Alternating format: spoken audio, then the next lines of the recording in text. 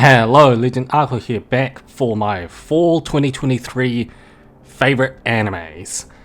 So, this season, I fell behind quite a lot, and you're going to know why, because I haven't watched it. I haven't watched it. I haven't watched it. Timing is the reason. I know Fenrir is like extremely popular. I want to get to it. Ragnar Crimson, from what I heard, gets better over time, and Shangri-La Frontier, it's like a different version of Konosuba. I really want to watch all three of them. I just didn't have the time because they came out in different places, different times, in a sense. Fenrir, especially, because 4 episodes came out in one day, and I'm not a binger, so yeah, circumstances happen. So continuing from that, also don't watch. I heard nothing about this afterwards, so I will see about this. Shy, however, I have watched, and the thing is, it's actually pretty good. It's actually pretty good. I'll give it a very good score, and from what I've heard, it is actually getting a second season. That's pretty big because we just got into the depths of what's going on with the superhero show. The gimmick basically being, what if one of the superheroes was extremely shy?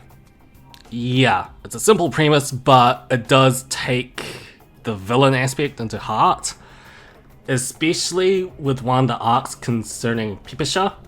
Like, her mini arc that she had was it was one of the best in the first season. Absolutely. Like, watch it. I was hesitant at first, but seriously, Shy is actually very good.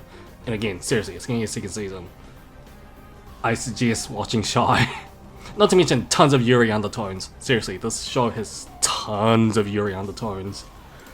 Next up is Saint's Magic Power is Omnipotent, the second season, and basically this is the finale in a sense, because she, I'm not gonna spoil much about it, besides that she basically completed everything she can in an isekai.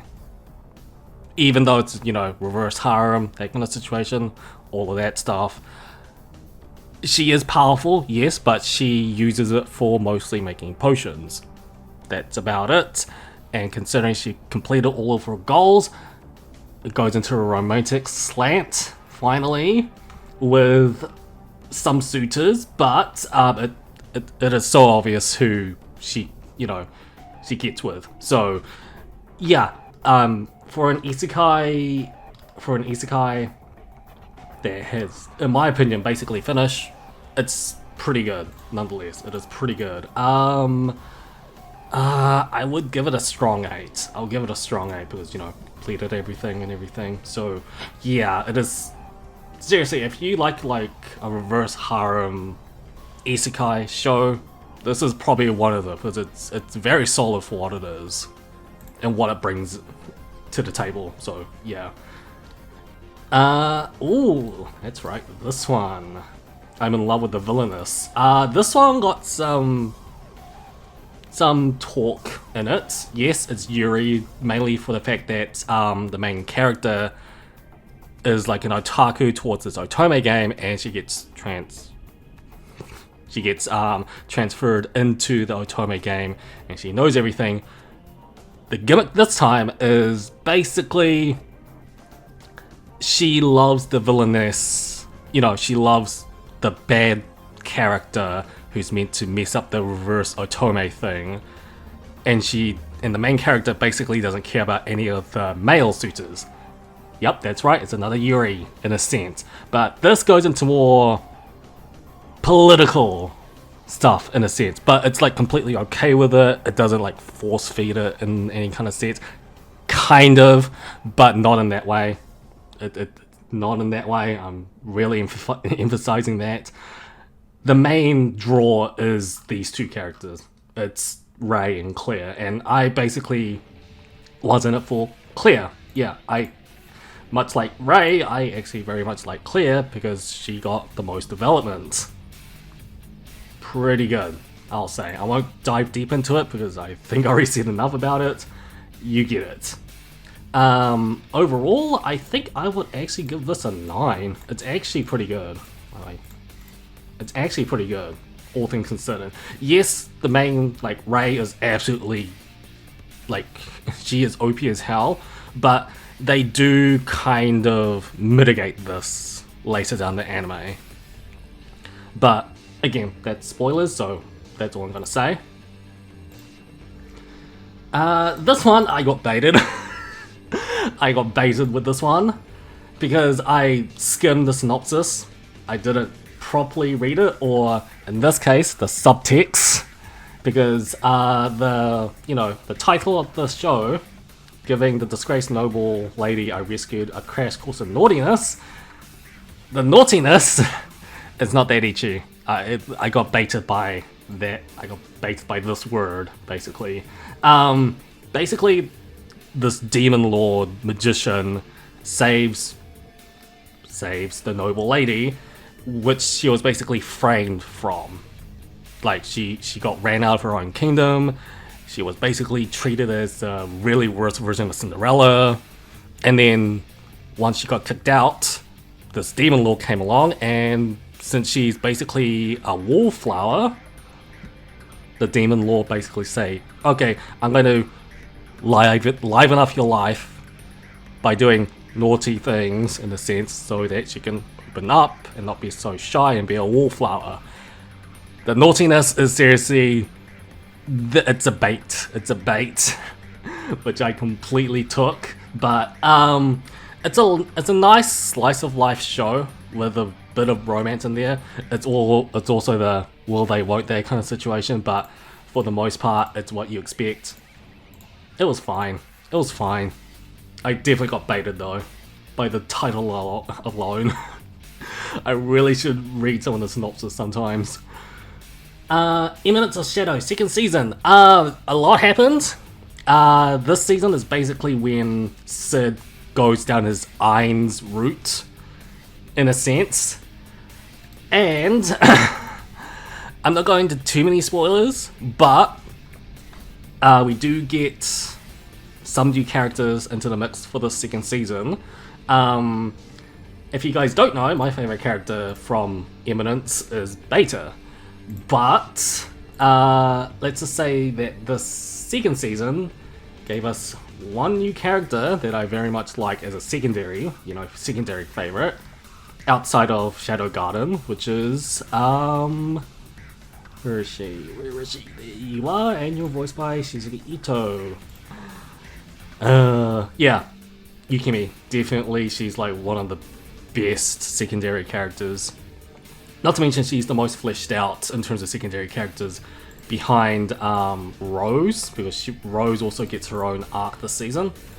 The cliffhanger that we get for the second season is absolutely crazy for a main protagonist who's so OP and gets, isekai'd and everything.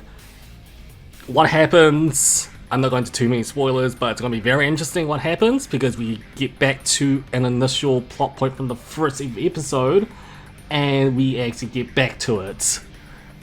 I was not expecting that, although I got slightly spoiled, but whatever. I still wasn't expecting it to happen, in a sense. But yeah, because of that, it is getting another season, to be expected, to be honest. I believe this is a movie. Yeah, I believe this is a movie. It's to be expected. Like, I think you can tell by the poster alone what the spoiler is. If you don't know, watch it. But yeah, overall, this season definitely better. It just made Sid like such a psychotic mastermind, in a sense. It is basically making like the dumpster fire isekai OP main protagonist syndrome, and basically parodying it completely while having the face of like Ain's all gold at the same time. It is absolutely crazy.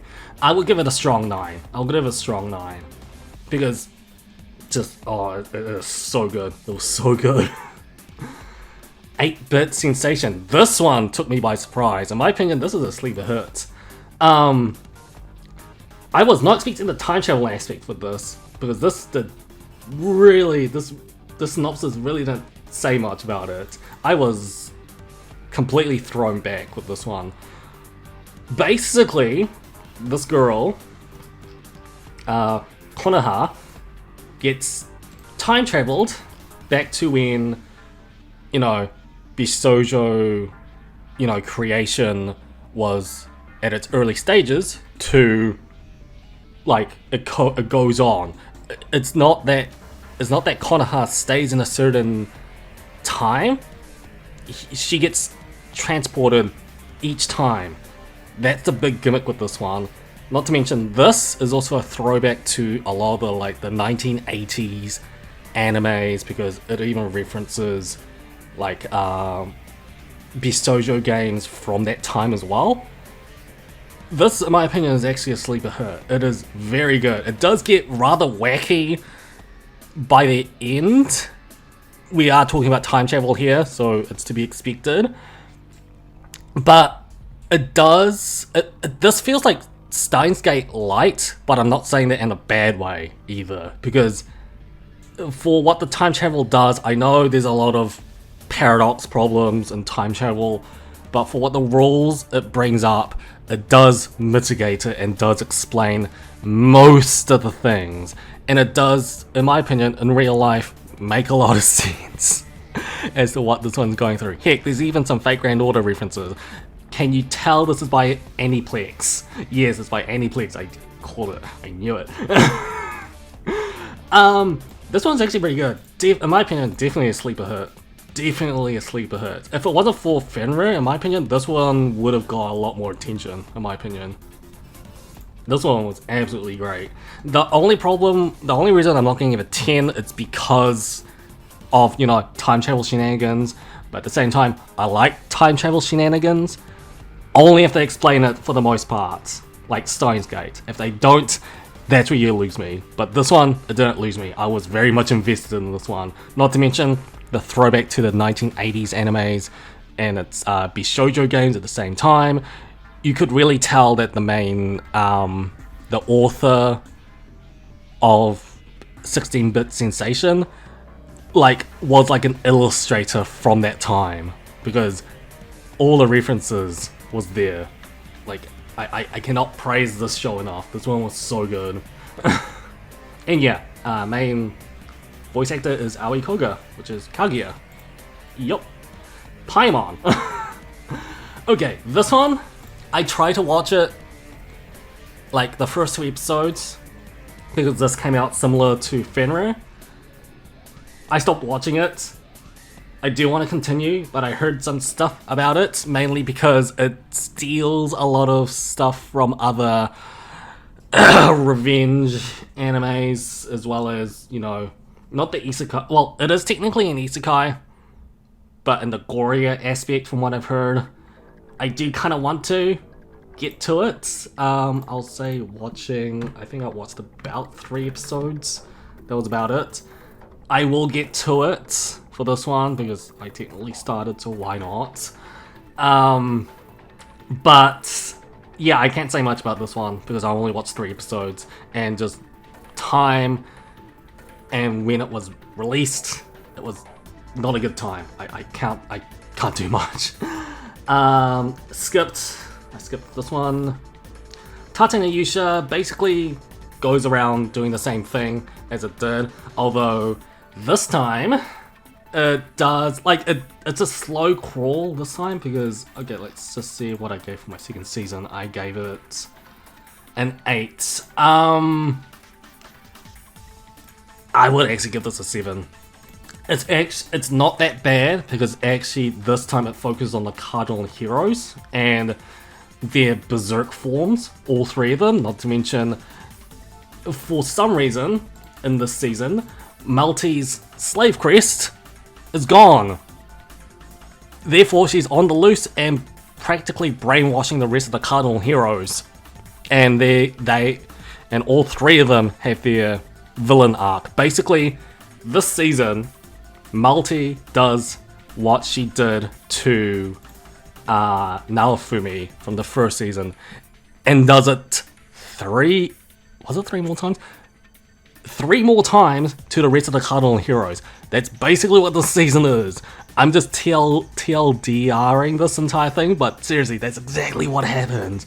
Not to mention, it's a bit of civilization again with this season. If you like Tate no Yusha, watch it. However, they don't explain the entire multi thing. Maybe in the season 4 they might do it, but there's no announcement for this. Take that like you will, which is why I gave it a 7. It's not that bad, because at the very least they actually developed the cardinal heroes a little bit more instead of just being, you know, dumbasses who doesn't listen to Naofumi and the rest and just gets brainwashed by multi. But you get my point. But them doing it 3 times in a row is... Take it like you will. Take it like you will. This one. Basically, Garu dates a very shy, awkward gamer. That's basically it. And I fell in love with this one. God damn it, it's her.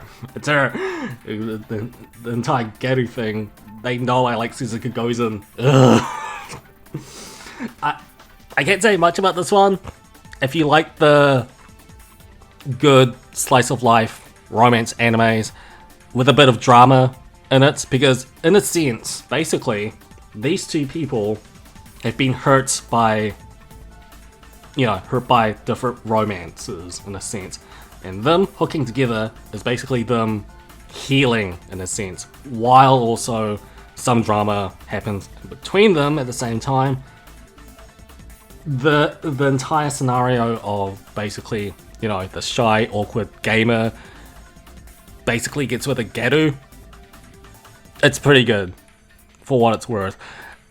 Is it milquetoast? Kinda, but the drama does actually elevate it slightly. But at the same time, I'm very biased with this one. At best, I'll give it an 8. Nothing higher. It's still good. It's still good. If you liked the synopsis, as I said with this one, go for it. Seriously, the main female protagonist is basically the highlight of this anime, as well as the fact that it does look into the relationship of this awkward relationship between Ruto and Runa. Yeah. Goblin Slayer 2 is more the same as Goblin Slayer. I'm not gonna say much.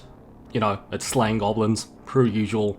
You don't need to watch the prequel movie, but there is like one episode where it does focus back on Noble Fencer. I still got the gist of it because it was focusing on a different plot line, so if you haven't watched the movie, it's okay. I haven't watched it, by the way. Still good. It's basic. It's Goblin Slayer, per usual. It does have a ton of gore, so again, treat caution with this one. Arknights. Yeah, the second season, focusing on Frost Nova. I finally get to know about Frost Nova properly, and I can see why she's divisive. Still, showing this in anime form, yeah, it was still good. It's the expected quality of Arknights animes, to say the least. I would actually give this, I'm gonna say nearly 9, but I'm gonna say 8 actually. The finale was kind of a letdown. I was expecting more of the big bombastic final boss for her arc for Frost Nova. Not to mention we get to know like a lot of the Yetis and the fact that they're not actually all that bad. Mephisto kind of is, because he's spiraling down what's going to be happening in the next arc, but we'll get to that. Overall, I would give it an 8. The finale wasn't as bombastic as I wanted it to be, but it's not that bad at the same time, so I'll give it an 8. Spy Family, finally, you'll get some frickin' character development and a lot of screen time. Okay, so basically, in the first season, Lloyd and Anya gets the majority of the screen time. This season, finally, we get to see, you know, a job that Yor does. And she finally gets a ton of screen time. in my opinion, because of this, it just elevates the second season so much. I would actually give this a high 9. Definitely a high 9. Finally, we get some good Yor screen time. Absolutely loved it. Absolutely loved it.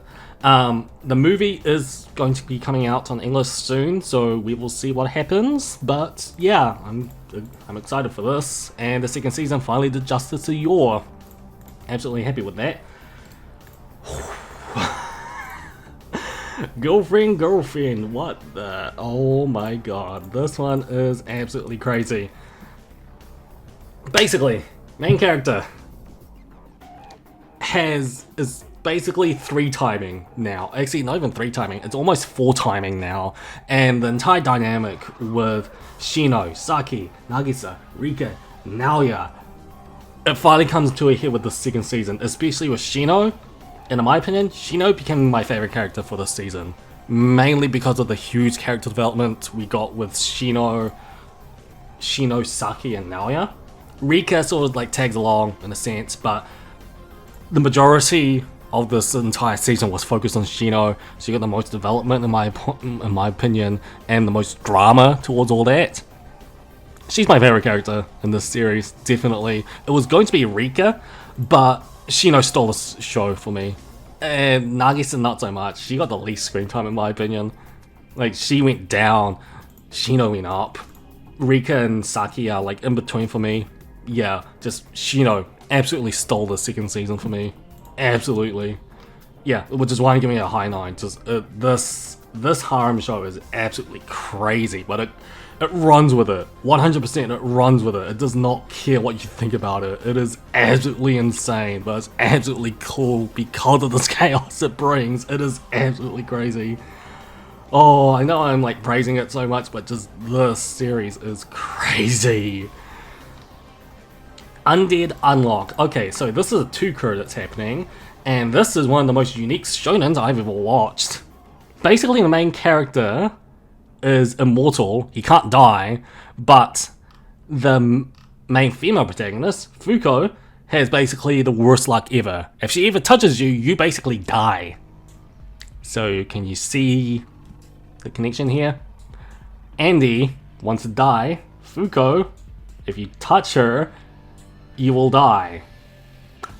And then it's just the entire scenario of like how the shonen goes, and the unique way of fighting that Andy and Fuko, to be honest, as well as the rest of the cast does, as well as the rules of this show and the universe it brings. It is extremely interesting. The mere fact that this is a 2-cur, however, it's kind of, you know, blocked by Disney, so if you can get over that hurdle, you're fine. And seriously, watch this show. It is absolutely crazy. I can't say much beyond that because it's still going, so I'm just leaving it as it is. If I have to, I'll give this a high 9, and maybe even a 10 for me. And this one, okay, if you thought girlfriend was crazy, this takes it up a notch. And yes, the title is completely, it's being 100%. It's being 100% with this, and it runs with it 100%. Seriously, if you thought girlfriend with 4 girlfriends is crazy, this one has 100, and we only got to the first 6 or 7. I think it's 6. I think we got to the first 6. And the thing is, this harem show, it is basically, from what I've heard with some research, basically the author took quintessential quintuplets and said, you know, how somebody won in quintessential quintuplets. This author basically said, oh, okay, so this person won, what about the rest? And then basically made the show where it's 100 girlfriends and the main protagonist loves all of them equally. It is absolutely crazy. It is absolutely crazy. And to that end, just like his dedication towards all the new soulmates and girlfriends he sees and everything, he takes it to 100%.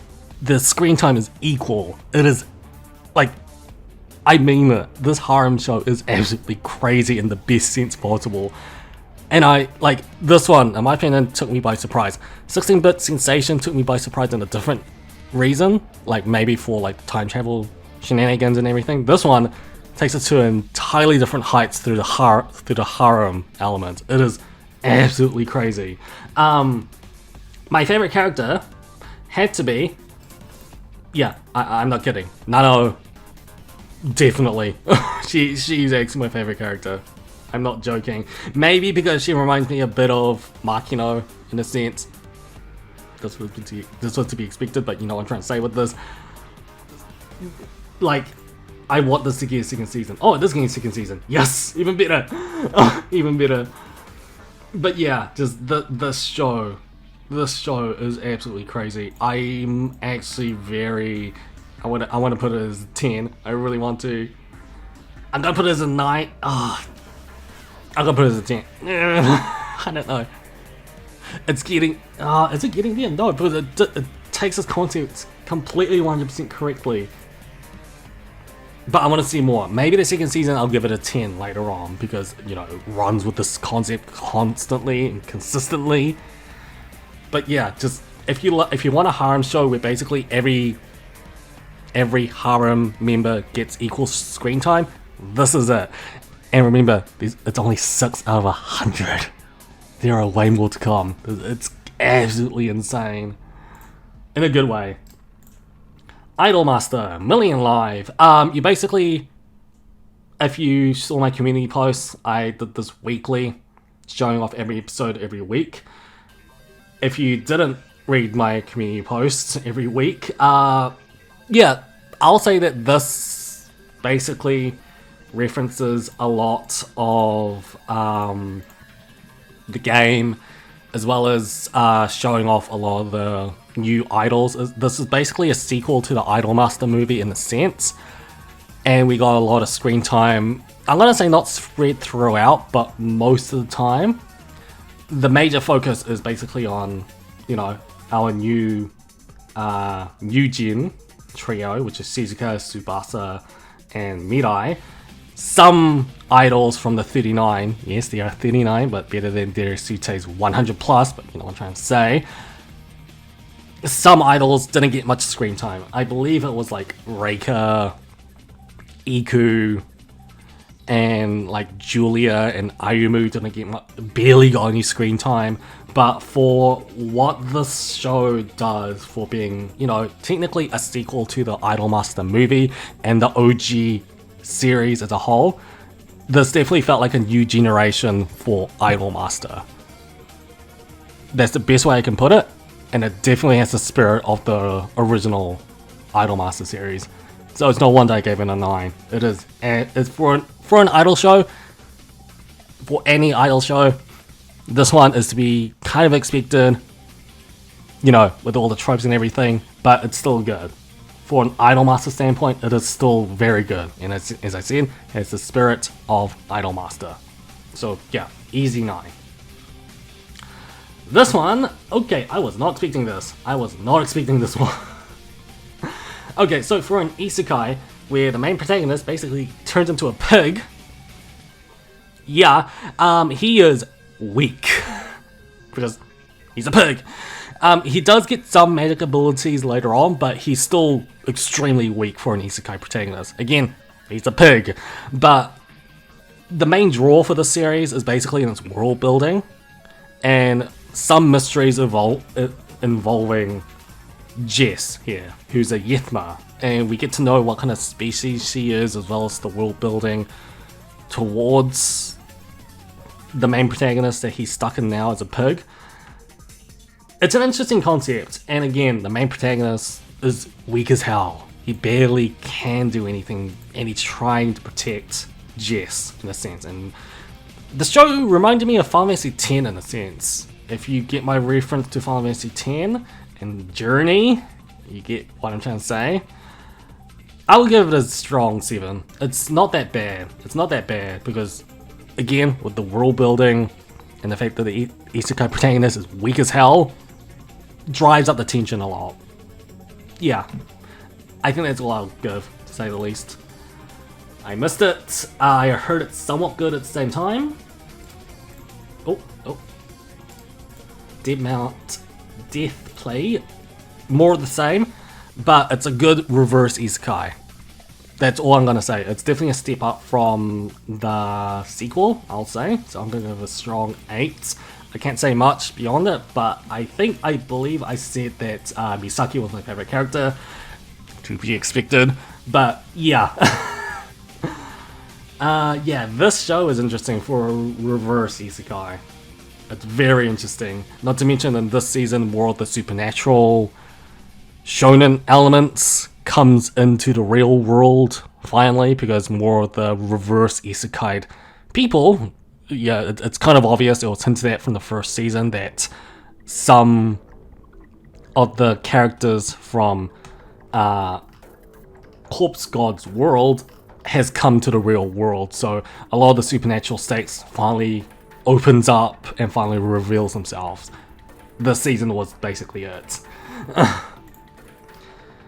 And didn't watch. I heard, yeah, this one got finally finished. For what it's worth, yeah, I know about the animators and everything, but they finally finished it. It was still great, I'll say. I do hope that Bug Film does, get better over time. By better, I mean, better management, not, crunch and everything. So, yeah. This one got the short end of the stick, to say the least, but I really hope that the animators gets better with this one. From what I've heard, Jujutsu Kaisen also got the same thing, but I'm not watching that, but I've heard similar stuff with Jujutsu Kaisen and Mappa. And finally, Dark Gathering. This show is absolutely nuts. Yes, a strong 9. Why? Just, this show is crazy. Think of it as basically like Ghostbusters or Ghostwatch in Japan, and the main protagonist basically fights off extremely powerful ghosts in haunted real-life locations, although it's like censored on where the location actually is. But this show is very much in the gory aspect.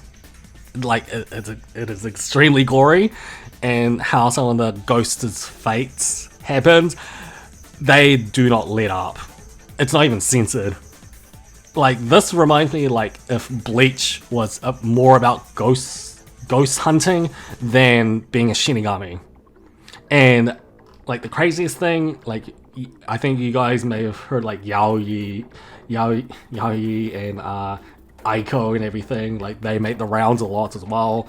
But this series is absolutely crazy. If this does get a second season, I wouldn't be surprised. This show, if you like haunted Japanese locations or interested in them, this one is actually a nice gateway anime, to say the least. And again, it's not uncensored, they do not let up, and most of the gore is actually toward the ghosts, and the ghosts themselves also has crazy powers.